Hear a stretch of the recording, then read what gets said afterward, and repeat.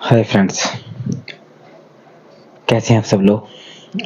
I hope आप सब लोग अच्छे होंगे और आपकी जो स्टडी है वो अच्छे से चल रही होगी। कई कारणवश मेरी जो वीडियो है वो रेगुलर नहीं आ रही है,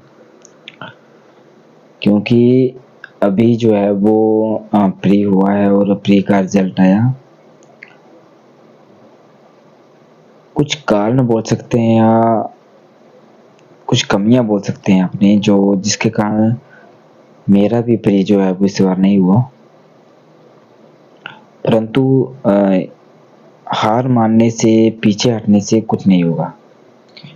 हमारा जो है वो फोकस होना चाहिए अपने फ्यूचर को, अपने कैरियर को, अपने ड्रीम के प्रति जो है वो अपने सपने को पूरा करने के लिए। क्योंकि लाइफ में जो है वो बड़े फेलियर आते हैं जिससे भागना नहीं परंतु उनका सामना करना जो है वो ज़रूरी है। जैसे कि यूपीएससी में ही अब आप देख सकते हो कि एक और एग्ज़ाम आया है जो कि इंटेलिजेंस ब्यूरो से रिलेटेड करके है, जिसकी 3000 से ऊपर जो है वो वैकेंसीज इस वक्त आई हुई हैं।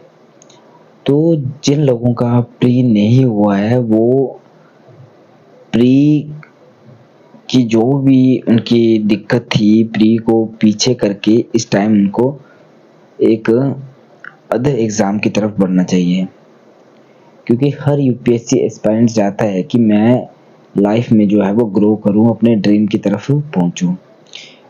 अब पहुंचने के कई तरीके हो सकते हैं, है ना। इसलिए मैं बोलता हूं कि जो भी एग्ज़ाम इस टाइम यूपीएससी से रिलेटेड जो भी एग्ज़ाम निकलता है, कृपया उसको फुलफिल करें। और ये एग्ज़ाम यूपीएससी से थोड़े से हटके होते हैं, कि यूपीएससी से थोड़े से आसान इनको बोल सकते हैं हम। इसके 3 टियर हैं।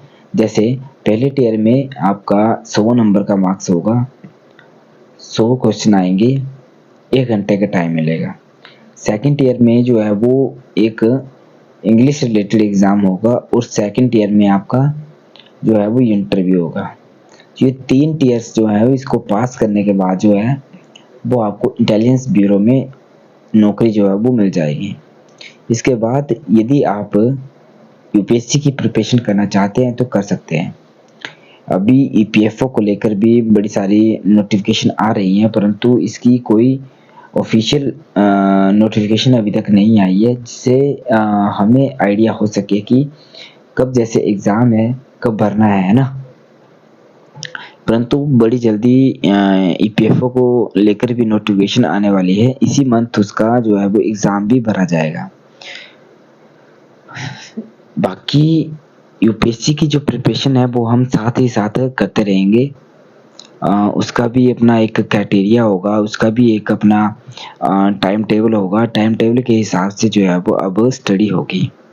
हर चीज़ जो है वो टाइम टेबल के हिसाब से ही होती है और यूपीएससी की प्रिपरेशन जो है वो भी टाइम टेबल के हिसाब से भी ही अब करेंगे।